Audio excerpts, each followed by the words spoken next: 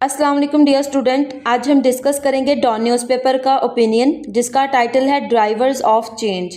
काफ़ी important topic है और इसकी राइटर हैं मैम मलिहा लोधी। इसमें इस ओपिनियन में काफ़ी ज़्यादा टॉपिक डिस्कस किए गए हैं जैसे कि digital technology, rising middle class, human development, elite governance. Mean आप इस डाटे को मल्टीपल टॉपिक में ऐड कर सकते हो, डेमोक्रेसी में ऐड कर सकते हो, ह्यूमन डेवलपमेंट में ऐड कर सकते हो। अगर आपके पास कोई रोल ऑफ मीडिया और डेमोक्रेसी के हवाले से कोई क्वेश्चन आता है तो आप उसमें ऐड कर सकते हो। मीन काफ़ी ज़्यादा जो टॉपिक है ना इसमें डिस्कस किए गए हैं और इस डाटे को हम इस्तेमाल करेंगे करंट अफेयर्स में, पाकिस्तान अफेयर में, ऐसे में और ऑप्शनल सब्जेक्ट में। अगर हम बात करें तो इंटरनेशनल रिलेशन, पॉलिटिकल साइंस, इस तरह के सब्जेक्ट में हम इस डाटे को इस्तेमाल कर सकते हैं। काफ़ी ज़्यादा इंपॉर्टेंट ओपिनियन है लेकिन थोड़ा सा मुश्किल है, इस वजह से आपको ज़्यादा चीज़ें समझाना पड़ेंगी और वीडियो थोड़ी सी लंबी हो सकती है। लेकिन इसमें हमें काफ़ी ज़्यादा फैक्ट्स एंड फिगर्स भी मिलेंगे। राइटर ने काफ़ी ज़्यादा जो इशू, जैसे मैंने बात की कि टेक्नोलॉजी के हवाले से elite governance, human development, rising middle class, इस तरह के जो इशू डिस्कस किए गए हैं। राइटर ने इस तरह का कोई भी जो टॉपिक है ना वो नहीं छोड़ा। एजुकेशन में भी बात की है, पॉवर्टी पे भी बात की है, हर टॉपिक पे बात की है, पॉपुलेशन क्राइसिस पे भी बात की है। तो इतने ज़्यादा ये टॉपिक हैं और हमें साथ साथ फैक्ट्स एंड फिगर्स भी दिए हैं और उस सब को हमने आज अपनी फैक्ट बुक में ऐड करना है। जैसे मैंने आपको बताया था कि आपने क्लाइमेट चेंज का भी बना लिया, एजुकेशन का भी बना लिया फैक्ट बुक में पॉइंट। आज आपने और भी ज़्यादा जो है ना आपकी डायमेंशंस जो है आपको मिलेंगी कि आज हमने पॉपुलेशन पे भी डाटा ऐड करना है, एजुकेशन के हवाले से, पॉवर्टी के हवाले से, डिजिटल टेक्नोलॉजी के हवाले से आपको आज फैक्ट्स एंड फिगर्स मिलेंगे जिसको आप अपनी फैक्ट बुक में ऐड करोगे। ओपिनियन को स्टार्ट करते हैं और इसकी ओपनिंग लाइंस हैं, much remains unchanged in the country. Much का मतलब होता है ज़्यादातर जो चीज़ें हैं, रिमेन्स रह गई हैं, अनचेंज्ड मीन उसको कुछ भी चेंज नहीं लाया गया, उसमें कोई भी बदलाव नहीं किया गया। इन द कंट्री, मुल्क में, कि ज़्यादातर चीज़ें जो हैं उसमें कोई भी बदलाव नहीं किया गया, वो वैसी ही थी जैसे आज से 77 ईयर्स पहले थी। Elite capture of the state. Elite का मतलब होता है जो अमीर लोग होते हैं। जैसे पाकिस्तान में कहा जाता है कि पाकिस्तान में सिर्फ एक या दो जो फैमिलीज़ हैं वो पाकिस्तान पे हुकूमत कर रही होती हैं। तो elite capture of the state, the militaries long shadow over politics. Military long shadow का मतलब होता है influence, military long shadow over politics. अब देखिए पाकिस्तान को बने हुए 77 ईयर्स हो गए हैं। मार्शल लॉ देखें तो 33 ईयर्स पाकिस्तान में मार्शल लॉ लगा रहा है। तो militaries long shadow over politics. Poor governance से मुराद है कि जो रिसोर्सेज है वो मैनेज नहीं किए जा रहे, मिसमैनेजमेंट है उसमें, अनइक्वल डिस्ट्रीब्यूशन है रिसोर्सेज की, जो पॉलिसीज़ हैं वो इम्प्लीमेंट नहीं की जा रही, जो सिटीजन्स हैं वो जो डिमांड कर रहे हैं उनको को पूरा नहीं किया जा रहा। तो ये सारी जो चीज़ें हैं ये पुअर गवर्नेंस में आती हैं।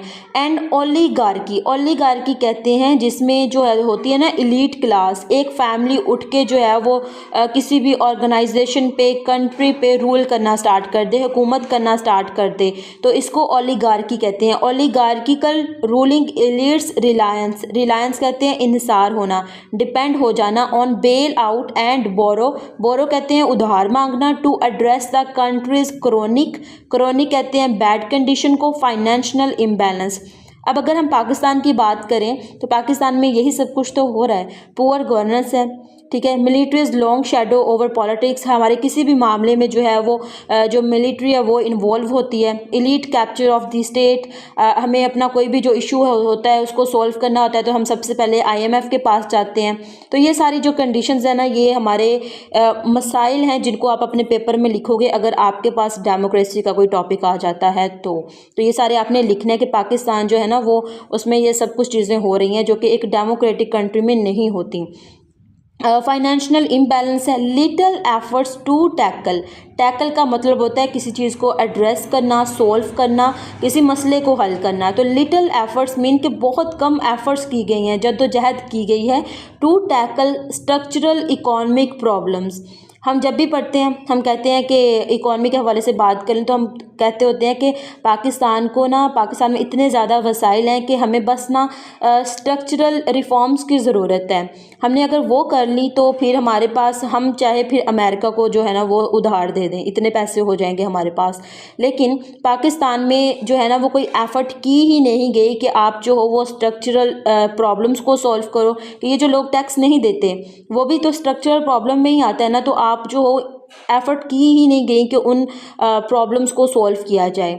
And lack of investment in human capital. हमने एजुकेशन के हवाले से बात कर लें, हेल्थ के हवाले से बात कर लें, तो हमेशा क्राइसिस ही रहे हैं। एजुकेशन क्राइसिस, एजुकेशन इमरजेंसी लगा दी जाती है। 26 मिलियन बच्चे आउट ऑफ स्कूल हैं, तो एजुकेशन इमरजेंसी लगा दी गई है। हेल्थ क्राइसिस हैं, तो उसके लिए भी कोई काम नहीं किया जा रहा। तो ह्यूमन डेवलपमेंट में, ह्यूमन कैपिटल में यही सारी चीज़ें आती हैं कि कोई भी इन्वेस्टमेंट नहीं की जाती। जो उसके सिटीजन्स होते हैं उनकी एजुकेशन पे, हेल्थ पे, उनको जो बच्चे पढ़ जाते हैं उनके लिए जॉब्स नहीं होती फिर। तो ये सारी चीज़ें जो है ना, ये ह्यूमन कैपिटल में आती हैं। तो ये सारे मसले आपने नोट डाउन कर लेने हैं और इस पर कोशिश करनी है कि आप इस पर एक एक पैराग्राफ लिख सको। All of these have consequences. Consequences का मतलब होता है कि रिजल्ट, इसका कोई ना कोई जो है ना वो नताइज निकलते हैं। For the countries faith and Fortune. Faith कहते हैं तकदीर को, फॉर्चून किस्मत को कहते हैं कि ये जितने भी ऊपर हमने मसाइल पढ़े हैं ना, ये कोई ना कोई नतीजा लेके आते हैं पाकिस्तान की तकदीर और किस्मत को डिसाइड करने के लिए। But socio economic changes, socio economic changes से मुराद है, जैसे अगर हम सोशियो की बात करें तो जो यूथ है पाकिस्तान की वो पढ़ लिख गई है, अब उनको जॉब्स दी गई हैं।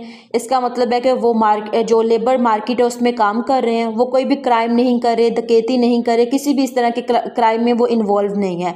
तो इकॉनमी को वो खुद ब खुद चेंज कर देंगे। जब जो यूथ है वो काम करेंगी, लोगों को जो रोज़गार फ्राहम किया जाएगा तो वो काम करेगी, तो हमारी इकॉनमी जो है वो बेहतर हो जाएगी।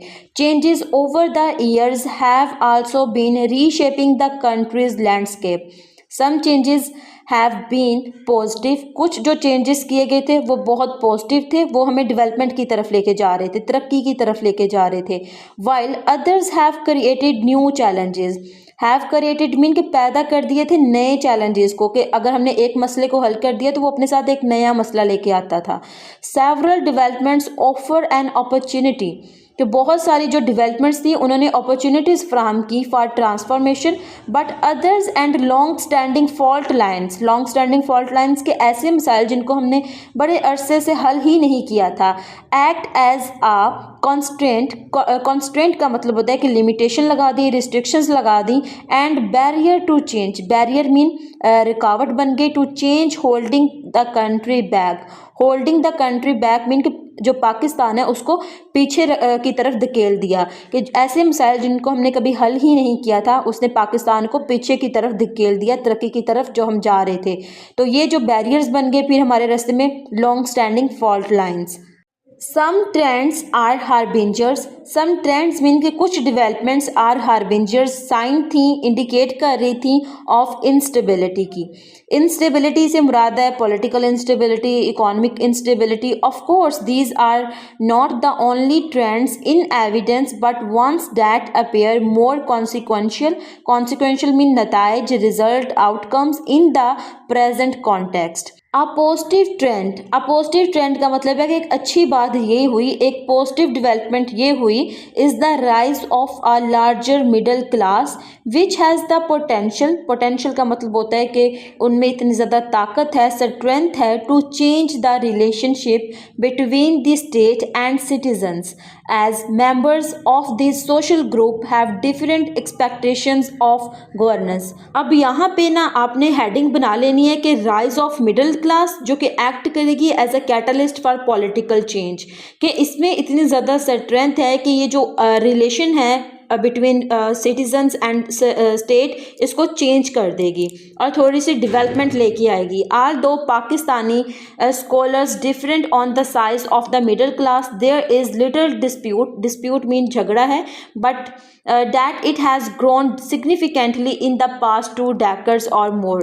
Studies show it was increased fourfold. Fourfold mean कि 4 गुना जो है वो बढ़ी है मिडिल क्लास since 2000 से लेके। As poverty has declined, और जो poverty है वो कम हो गई है। It has grown both in absolute numbers and as a percentage of the population. Its growth has also been fueled by higher remittance. Remittance कहते हैं, जैसे अगर हम बात करें ना मिडिल क्लास लोग, तो ज़्यादातर इनकी फैमिली में 1 या 2 इंसान जो होते हैं ना वो बाहर के मुल्क में लाजमी गए होते हैं। सऊदी अरब में, ईरान में, इराक में, यूरोप में, इस तरह के कंट्रीज़ में इनका कोई ना कोई रह रहा होता है। तो जब वो वहाँ से पैसे कमा के पाकिस्तान में भेजते हैं तो उसको हम रेमिटेंस कहते हैं। फ्रॉम ओवरसीज़ पाकिस्तानीज़, अगर रेमिटेंस, अगर जितने ज़्यादा मिडिल क्लास फैमिली बढ़ रही है तो वो बाहर मुल्क में भेज रहे हैं अपने बच्चों को पढ़ने के लिए या काम करने के लिए, तो इसका मतलब है कि पाकिस्तान में जो है वो डॉलर्स आ रहे हैं, रेमिटेंस बढ़ रहा है। Expansion of the middle class has to be seen in the context of greater urbanisation. According to the 2023 census कहते हैं मर्दमशुमारी को, 2023 में जो मर्दमशुमारी की गई थी उसके मुताबिक almost 40% of the population live in the urban areas, के उसके मुताबिक पाकिस्तान में जो 40% लोग हैं वो अर्बन एरियाज़ में रह रहे हैं। अ significant increase from the previous 2017 census. अब इसका आपको पता होना चाहिए कि पाकिस्तान में मर्दमशुमारी कब हुई थी, 2023 में हुई थी, और इससे पहले अगर बात की जाए तो 2017 में हुई थी। तो जो है राइटर लिखती हैं कि 40% जो है ना इंक्रीज़ हुई है पॉपुलेशन अर्बन एरियाज़ में। A significant increase from the previous 2017 census. Research shows that the size of the middle class has tripled in urban areas and in Punjab and Sindh. अभी आप पॉपुलेशन क्राइसिस में फैक्ट डाल सकते हो कि इतनी ज़्यादा पॉपुलेशन बढ़ी है, ख़ास तौर पे सिंध और पंजाब के एरियाज़ में जो अर्बन पॉपुलेशन है, मिडिल क्लास जो फैमिलीज़ हैं वो ट्रिपल्ड मीन 3 गुना जो है वो बढ़ी हैं अर्बन एरियाज़ में। यह आपका एक फैक्ट हो जाएगा। आगे राइटर लिखती हैं the urban middle class is a potentially influential कहते हैं पावरफुल होने को, इकोनॉमिक एंड सोशल ग्रुप। देखिए इकोनॉमिकली किस तरह पावरफुल है। इस साल जो पाकिस्तान की एक्सपोर्ट हुई है ना वो हुई है $30 बिलियन।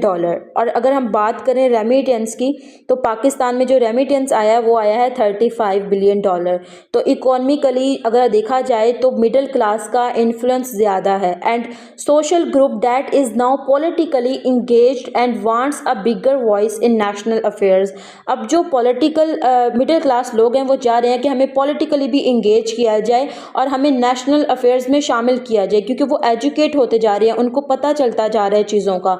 वाइल नॉट होमोजीनियस कहते हैं सिमिलर चीज़ों को।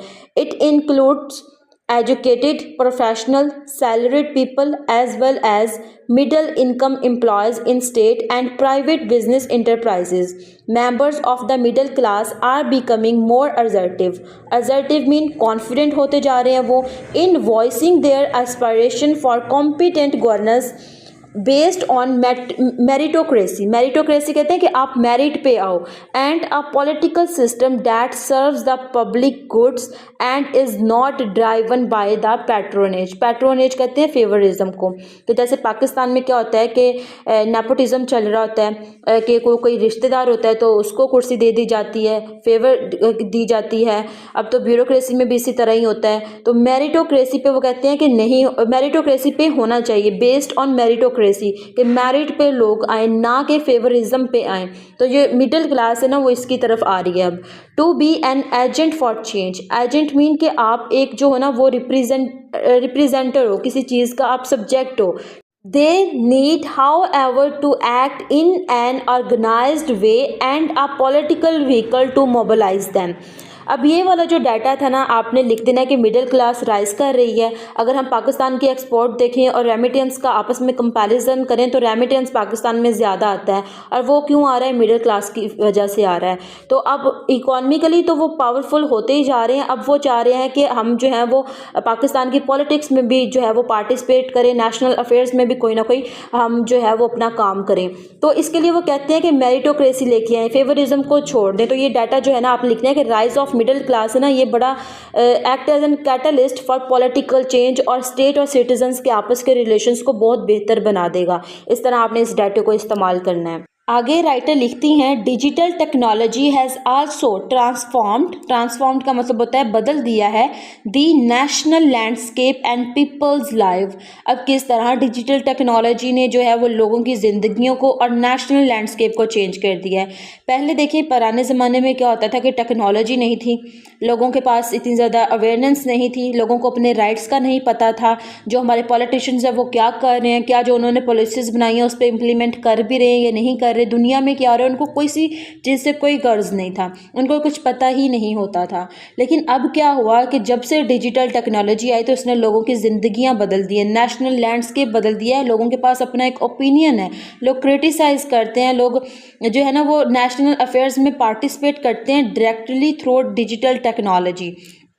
Information and communication technology has created a more connected societies and made citizens better informed and more aware of their rights। अब इसी तरह जैसे पहले ज़माने में अगर किसी के साथ कुछ होता था गलत, उनके राइट्स की वॉयलेशन की जाती थी या उनको बगैर वो विक्टिम होते भी नहीं थे लेकिन उनको जो है वो सज़ा दी जाती थी, तो क्या होता था कि वो अब क्या है कि अगर कोई किसी के राइट्स की वॉयलेशन करता है या इस तरह पुलिस किसी को भी पकड़ के लेके जाती है तो वो एक वीडियो बना के सोशल मीडिया पे अपलोड कर देते हैं और पूरी दुनिया में वो विद इन अ मिनट फैल सकती है और लोग जो है वो इसके ख़िलाफ़ एहतजाज कर सकते हैं। तो ये जो है ना, ये हमारी जो डिजिटल टेक्नोलॉजी है ना, इसने एक बड़ा पॉजिटिव रोल प्ले किया है। Smartphones users are at an all time high जो है ना, इसका मतलब होता है कि इसका जो इस्तेमाल है ना वो इससे पहले बहुत कम था, लेकिन अब जो है ना ये बहुत ज़्यादा हो गया। पहले से बहुत ज़्यादा किसी चीज़ कोई हो जाए तो उसको कहते हैं at an all time high.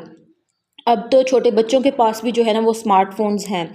The number of internet users is now over 110 million with around 71 million social media user. ये अब आपके पास फैक्ट आ जाता है कि अगर आप टेक्नोलॉजी के हवाले से कोई भी बात लिखते तो आप बता सकते हो कि पाकिस्तान में जो इंटरनेट यूज़र्स हैं वो 110 मिलियन है और उसमें से 71 मिलियन जो लोग हैं वो सोशल मीडिया का इस्तेमाल करते हैं। Most people today have access to greater information and are more engaged with national affairs। अब हम जैसे जो बच्चे हैं, हमारे पास अपने मोबाइल्स हैं, हमारे बड़ों के पास अपने मोबाइल्स हैं, हमसे छोटे वालों के पास अपने मोबाइल्स हैं, तो वो कमेंट्स कर रहे होते हैं, वो बता रहे होते हैं कि ये गलत कर रहे हैं, ये रूलिंग पार्टी जो है वो अपोजिट पार्टी के साथ, अपोजिशन के साथ गलत कर रही है, या अपोजिशन जो है इसने पास्ट में क्या किया था। तो ये सारी चीज़ें जो है ना लोग अवेयर होते हैं इनसे और लोग जो है वो क्रिटिसाइज़ करते हैं और नेशनल अफेयर्स में इंगेज रहते हैं, इन्वॉल्व रहते हैं। This is changing how people assess governments and what they want from them. ये क्या है कि जो डिजिटल टेक्नोलॉजी है इसने चेंज कर दिया। अब लोग जो है ना वो डायरेक्टली असेस कर सकते हैं कि मतलब कि असेसमेंट की रिसाई हासिल कर सकते हैं गवर्नमेंट की तरफ और उनको बता सकते हैं कि हमारे ये डिमांड्स हैं आपकी तरफ, हम ये चाहते हैं कि आप ये काम करें। तो इस तरह क्या होगा कि ये जो सारे लोग हैं, पब्लिक है, ये पार्टिसिपेट कर सकती है नेशनल अफेयर्स में और डायरेक्टली इंगेज कर सकती है गवर्नमेंट के साथ। तो आप इसकी हेडिंग बना सकते हो डिजिटल डेमोक्रेसी। डेमोक्रेसी में क्या होता है कि जो लोग हैं ना उनके ओपिनियंस को कंसीडर किया जाता है, उनसे राय ली जाती है। तो इस तरह आप अपनी जो है ना टेक्नोलॉजी के थ्रू जो है वो अपनी राय दे रहे हो, अपना ओपिनियन दे रहे हो। तो ये जो है ना पॉइंट आपका ऐड हो जाएगा डिजिटल डेमोक्रेसी में। This is changing how people assess governments and what they want from them. अपने जो उनसे क्या चाह रहे हैं अपनी जो है राय दें, नेशनल अफेयर्स में आप पार्टिसिपेट करें, आप उनके ऊपर क्रिटिसिज्म करें। Digital technology has also emerged का मतलब होता है कि उभरी है as an effective vehicle for political mobilization and expression of dissent। dissent का मतलब होता है कि आप डिसएग्री कर सकते हो, अपना एक्सप्रेशन ऑफ डिसएग्रीमेंट दे सकते हो कि मैं इससे एग्री नहीं हूँ, ये गलत चीज़ें हो रही हैं। It is this that has prompt का मतलब होता है राइज हो जाना the authorities to crack down on digital space by new regulations और laws and impose internet curbs. यहाँ पे क्या बात है कि अब ऊपर वाली जो हमने बात पढ़ी डिजिटल डेमोक्रेसी के हवाले से कि इतने लोग जो हैं वो मीडिया जो सोशल मीडिया है उसको इस्तेमाल कर रहे हैं, 70 मिलियन जो लोग हैं। अब देखें फेसबुक की बात कर लें, इंस्टाग्राम की बात कर लें, एक्स की बात कर लें या यूट्यूब की बात कर लें, कोई भी जो सोशल मीडिया प्लेटफॉर्म यूज़ कर रहा है तो वो वहाँ पे क्रिटिसिज्म कर सकता है, अपना ओपिनियन दे सकता है। तो ये जो चीज़ें हैं ना, ये जो अथॉरिटीज़ हैं इनको ना मजबूर कर देती हैं कि आप जो है ना वो क्रैक डाउन कर दो on digital space by new regulations. यहाँ पे बात कर रहे हैं हम पीका लॉ की। पिछले दिनों में इस पे एक तफसील में हमने बात की थी पीका लॉ के बारे में। अब यहाँ पे तो खैर पहले ही बहुत लंबी वीडियो हो जाएगी, तो आपने वो वाली वीडियो खुद सुन लेनी है कि पीका लॉ क्या है। उससे क्या होगा कि जो जर्नलिस्ट हैं, ख़ास तौर पे जो सच बात लिखते हैं ना, उनके ख़िलाफ़ जो है वो एक्शन ले सकेगी गवर्नमेंट। तो इस तरह ये जो हमारा राइट है ना, वो छीन लिया जाएगा हमसे। तो ये सारी बातें राइटर ने इसमें लिखी हैं कि इसके अलावा क्या किया कि न्यू रेगुलेशंस और लॉज बना दिए हैं, अमेंडमेंट कर दी गई है पीका लॉ में, और क्या किया गया कि इम्पोज कर दिया गया इंटरनेट कर्ब्स कि अब देखिए हमारे जो सोशल मीडिया है या इंटरनेट है वो हर दूसरे दिन बंद रहता है या बहुत ज़्यादा स्लो डाउन हो जाता है। तो ये सारी चीज़ें इसमें आएंगी। लाइक एल्सवेयर मीन के हर जगह पे जो है ना, in Pakistan too digital technology can act as a force, के हर तरह जिस तरह पूरी दुनिया में हो रहा है ना, पाकिस्तान में भी डिजिटल टेक्नोलॉजी जो है ना वो एक्ट कर सकती है एज एन अ फोर्स, के फोर्स की तरह जो है ना एक ताकत बन के आ सकती है। Multiplier and power positive development, empowering people, advancing knowledge and transforming society in many ways. ऊपर जो बातें पढ़ी उसमें भी यही है, लोग एम्पावर हो गए हैं, अवेयर हो गए हैं, जो पॉजिटिव डेवलपमेंट हुई है इसमें लोगों को नॉलेज जो है उनका एडवांस हो गया है। तो सोसाइटीज़ जो है ना वो बहुत ज़्यादा अवेयर होगी और ख़ुद अमल कर सकती हैं अब कि हमने ये एक्शन लेना है। It has fueled social and economic progress across the world and can play a similar role in Pakistan's future development trajectory। Trajectory कहते हैं पाथ को, रास्ते को, रूट को। अब ये जो हमारे पास फैक्ट आ रहा है आगे, आपने इसको भी नोट डाउन कर लेना है। डेमोक्रेसी में कर सकते हैं आप, डिजिटल टेक्नोलॉजी में कर सकते हैं आप, अपने जो फैक्ट बुक में पॉइंट डाल के कि 2024 UNDP रिपोर्ट डिपिक्टेड का मतलब होता है इशारा करना, या हमें ये बताती है कि digital technology as a transformative, मतलब कि ये चेंज लेके आ सकती है लोगों की ज़िंदगियों में, एंड डेमोक्रेटाइजिंग फोर्स फॉर पाकिस्तान, के लोग अपना ओपिनियन दे सकते हैं वहाँ पे, डिजिटल डेमोक्रेसी लेके आ सकती है। कैपेबल मीन इतनी ज़्यादा काबिलियत है इसमें, of bridging the gap mean के ये जो इतना ज़्यादा स्टेट और सिटीजन्स के दरमियान में डिफरेंस है ना उसको कम कर सकती है between existing human development deficit कहते हैं कमी होने को, and a future of prosperity and growth, कि एक तो जो डिजिटल टेक्नोलॉजी है ये क्या करेगी कि लोगों की ज़िंदगियों को बदल देगी, दूसरा डेमोक्रेसी लेके आएगी, तीसरा लोगों के जो स्टेट और सिटीजन्स के दरमियान में जो डिफरेंस है उसको कम कर देगी, जो ह्यूमन डेवलपमेंट डेफिसिट है मीन के उनके लिए अपॉर्चुनिटीज़ लेके आएगी और उनको तरक्की की तरफ लेके जाएगी, and future of prosperity and growth. That से मुराद है कि digital technology brings up human development deficit कहते हैं किसी चीज़ की कमी इन एजुकेशन, कि देखिए पाकिस्तान में ना एजुकेशन की बहुत कमी है। अगर हम फैक्ट्स एंड फिगर्स देखें तो 40% पाकिस्तान की जो अवाम है ना वो इलिटरेट है, वो जाहिल है, उनको टेक्स्ट तक नहीं पढ़ना आता और वो कभी स्कूल गए ही नहीं है, इलिटरेट है बिल्कुल ही। और इसके अलावा 26 मिलियन बच्चे आउट ऑफ स्कूल हैं। तो ह्यूमन डेवलपमेंट की बात की थी हमने पीछे भी कि उसमें हमारे पास हेल्थ आ जाती है, एम्प्लॉयमेंट आ जाता है, पॉवर्टी आ जाती है, उसको किस तरह कम कर सकते हैं, क्लाइमेट चेंज के हवाले से जो लोग उससे मुतासिर हैं उस पर इन्वेस्टमेंट नहीं की जा रही। तो ये सारी चीज़ें जो होती है ना वो ह्यूमन डेवलपमेंट में आ जाती हैं। और हमने बात करनी है अब एजुकेशन में, कि जो एजुकेशन है ना उसका क्राइसिस है पाकिस्तान में। तो अब आपने क्या करना है कि अपनी फैक्ट बुक में एक और पेज, 2-3 पेज छोड़ के एक और हेडिंग बना लेनी है एजुकेशन की, कि एजुकेशन जो है ना पाकिस्तान में उसका डेफिसिट है। दिस इज परसिस्टिंग मीन के कंटिन्यू है, मुसलसल negative trend that is a huge constraint mean के लिमिटेशन है, रिस्ट्रिक्शन है on the countries economic progress and chance of political transformation. अब देखिए अगर एक इंसान जो है वो एजुकेट नहीं है तो वो किस तरह पाकिस्तान की इकोनॉमी को बेहतर बना सकता है। अगर एक इंसान पढ़ा लिखा नहीं है तो वो किस तरह पाकिस्तान की पॉलिटिक्स में पार्टिसिपेट कर सकता है। जब तक जो है वो अवाम एजुकेट नहीं होगी तब तक हमारे हुक्मरान एजुकेट नहीं होंगे, जैसे अवाम वैसे हुक्मरान। ठीक है, तो इस वजह से राइटर लिखती हैं कि जब तक आप अपनी अवाम को जो है वो एजुकेट नहीं करोगे तब तक हम जो है ना वो इकोनॉमिकली प्रोग्रेस नहीं कर सकते, हमारी इकोनॉमी बेहतर नहीं हो सकती, और जो तब तक जो है ना हमारी पॉलिटिकल ट्रांसफॉर्मेशन भी नहीं हो सकती, बहुत कम चांसेस हैं। तो इस वजह से राइटर लिखते हैं कि परसिस्टिंग कंटिन्यूसली नेगेटिव ट्रेंड है, that is a huge constraint, एक लिमिटेशन है, सबसे बड़ी रुकावट है on the countries economic progress, ये एजुकेशन ना होना।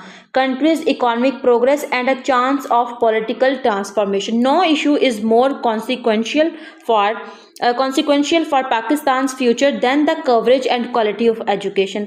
अब राइटर लिखते हैं कि नो इशू से मुराद है कि हेल्थ क्राइसिस है, जॉब्स नहीं है, पॉवर्टी है, क्लाइमेट चेंज, जितने भी इश्यूज़ हैं वो सब जो है ना वो कम है और इतने ज़्यादा नुकसानदेह नहीं है पाकिस्तान के फ्यूचर के लिए जितना कि एजुकेशन ना होना है और क्वालिटी ऑफ एजुकेशन की कमी होना है।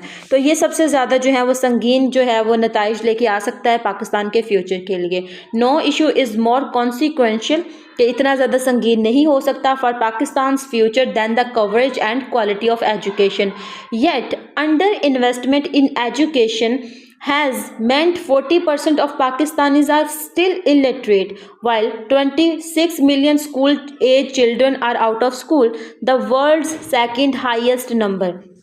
ये आपके पास फैक्ट है कि पाकिस्तान में 40% जो लोग हैं वो इलिटरेट हैं, 26 मिलियन बच्चे आउट ऑफ स्कूल हैं, जो कि तादाद में अगर देखा जाए तो पाकिस्तान का जो रैंक है वो सेकंड बनता है, सेकंड हाईएस्ट नंबर है ये among those who go to school. Learning poverty mean के उनको टेक्स्ट पढ़ना नहीं आ रहा, कि अगर एक 5वीं क्लास का बच्चा है उसकी बेस इतनी भी नहीं बनाई गई कि अगर वो स्कूल जाने की जहमत कर भी रहा है तो उसको फिर भी एक टेक्स्ट पढ़ना नहीं आ रहा, उसको अपना नाम नहीं लिखना आ रहा, उसको कोई कह दे कि आप ये जो एक लिस्ट बना दो, उसको वो नहीं बनानी आ रही। तो ये अगर कोई जा भी रहा है ना तो वो क्या लर्न कर रहा है? पॉवर्टी, कुछ भी नहीं सीख रहा। Remains high, Pakistan obviously cannot achieve economic growth and progress by failing to invest in its people, कि पाकिस्तान यकीनन तब तक जो है वो इकोनॉमिक ग्रोथ जो है वो हासिल नहीं कर सकता और प्रोग्रेस हासिल नहीं कर सकता जब तक वो अपने लोगों पे इन्वेस्ट नहीं करेगा। ये राइटर लिखती हैं गिवन पाकिस्तान्स यूथफुल डेमोग्राफिक कहते हैं the study of population profile, the education deficit mean कमी हो जाना has even more troubling implication, कि पाकिस्तान की अगर पॉपुलेशन का अंदाज़ा लगाया जाए तो बहुत सारी जो अवाम है ना वो 30 साल से कम है, ज़्यादातर आबादी पाकिस्तान की। तो इसके मुताबिक अगर पाकिस्तान की जो आबादी है वो एजुकेट नहीं होगी, पाकिस्तान में एजुकेशन डेफिसिट होगा, तो ये बहुत ज़्यादा ट्रबलिंग होगा, मुश्किलात का सामना करना पड़ेगा पाकिस्तान के फ्यूचर को। आगे राइटर फैक्ट बताती हैं कि over 2/3 of the population are below the age of 30, कि पाकिस्तान की आबादी में 2/3 ऑफ द पॉपुलेशन जो है वो 30 साल से कम है। इस डाटे को आप ऐड कर सकते हो पॉपुलेशन के टॉपिक में। अब आपका जो मैंने फैक्ट बुक का रजिस्टर बनाने का आपको कहा था ना, उसमें आपने पेज एक लेना है, उसके ऊपर लिखना है पॉपुलेशन और ये वाला फैक्ट उसमें ऐड कर लेना है। That mean the young will determine mean कि वो बहुत ज़्यादा उनमें करेज है, हिम्मत है, जज्बा है। That the countries future trajectory, कि वो उसके अपने कंट्री की, अपने मुल्क की जो फ्यूचर है ना उसको चेंज कर सकते हैं। But if they are not educated, लेकिन अगर वो पढ़े लिखे नहीं होंगे, इलिटरेट होंगे and employment is not available to them, लेकिन अगर उनके पास नौकरियां नहीं होंगी, they face a hopeless and jobless future, तो फिर वो क्या फेस करेंगे? होपलेस, ना उम्मीद हो जाएंगे वो, और जब वो ना उम्मीद होंगे तो वो क्राइम में पड़ जाएंगे, मर्डर करेंगे, रोबरी करेंगे, तो पाकिस्तान का फ्यूचर फिर कैसा होगा? तो इस वजह से पाकिस्तान को अपने इस रिसोर्सेज को, इस पोटेंशियल को जो है ना वो यूटिलाइज करने की ज़रूरत है। Which will blight the countries prospect, blight mean कि कम कर देगा, ख़त्म कर देगा, द कंट्रीज प्रोस्पेक्ट मीन तरक्की को। To reap the demographic dividend, Pakistan has to educate the young and equip them with skills. To reap mean कि अगर आप यूटिलाइज करना चाहते हो अपनी यूथ को, अपनी पॉपुलेशन को, तो पाकिस्तान को क्या करना चाहिए? एजुकेट करना चाहिए अपनी यंग जनरेशन को, और इसके अलावा उनको इक्विप्ड मीन कि उनको फराहम करना चाहिए स्किल्स, और उनको जो है ना अगर आप इतने ज़्यादा लोगों को सिर्फ जो है वो ऑफिस वाली जॉब नहीं दे सकते तो उनको स्किल्स सिखा दें आप अपने एजुकेशन में, इस तरह की जो है वो रिफॉर्म्स लेके आएँ। The youth bulge offer a huge opportunity for accelerated mean increase कर देना, हाई कर देना economic growth if the country makes the needed investment in human capital, कि अगर जो है ना अगर पाकिस्तान की जो यूथ है उसमें इतनी पावर है कि अगर उनको अपॉर्चुनिटीज़ फ्राहम की जाएँ तो वो पाकिस्तान की जो इकोनॉमिक ग्रोथ है उसको इन्हांस कर सकता है। अगर जो कंट्री है उनको प्रोवाइड करे, उनको इन्वेस्टमेंट दे और उनको स्किल्स प्रोवाइड करे। If it fail to do so, लेकिन अगर जो है फेल हो जाता है हमारा कंट्री पाकिस्तान ये चीज़ें फ़राहम करने में, देन आ डेमोग्राफिक डिज़ास्टर अवेट। फिर क्या होगा कि ये जो पॉपुलेशन है, जो कि हम कह रहे हैं कि ये एक रिसोर्स है, ये एक क्राइसिस बन जाएगा, डिज़ास्टर बन जाएगा, एक तबाही लेके आएगा। अवेट बिन के इंतज़ार कर रहे हैं अगर हमने ये कुछ ना किया तो, with obvious implications for social stability. और ये जो ऊपर बताई है ना, ये एक लाजमी इम्प्लीकेशंस हैं जो कि अगर आप चाहते हैं कि सोसाइटी में स्टेबिलिटी रहे, सुकून रहे। क्योंकि देखिए ना, सुकून इस तरह से, सोशल स्टेबिलिटी इस तरह की, क्योंकि अगर इन लोगों को जॉब्स वगैरह नहीं फराहम की जाएंगी तो इन लोगों ने क्राइम ही करना है ना। तो इस वजह से राइटर लिखती हैं कि अगर आप ये चीज़ें फेस नहीं करना चाहते, डेमोग्राफिक डिज़ास्टर फेस नहीं करना चाहते, तो आपको अपने जो यूथ है उनको स्किल्स फ्राहम करना होगी, उनको एम्प्लॉयमेंट देना होगा ताकि वो कोई काम करें, अपना दिमाग जो है वो अच्छी चीज़ों की तरफ लेके आएँ। आगे राइटर लिखती हैं, दीज चैलेंजेस हैव रिमेन्ड अनएड्रेस, कि ये जो ऊपर जितने भी हमने चैलेंजेस की बात की है, यूथ पे बात की है, एजुकेशन पे, डिजिटल टेक्नोलॉजी पे, इलीट क्लास पे, ये सब जो है ना रिमेन्ड रह गए हैं अनएड्रेस, कि इनको सॉल्व नहीं किया गया, इन चैलेंजेस को ओवरकम नहीं किया गया। क्यों नहीं किया गया? Because the narrow power elite that dominate and control the countries political system is more interested in serving its own interest and perpetuating mean के keep going, चलती जा रही है the status quo, then promoting the public welfare।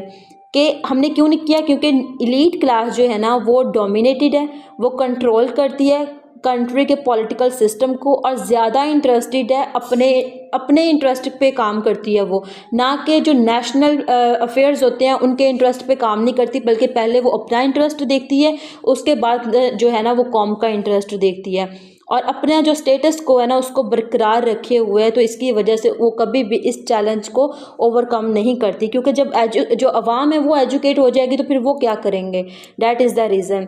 This has been the biggest barrier to change the power elite constituted by both politically and military elite. के अब जो elite की हम बात कर रहे हैं वो कौन है?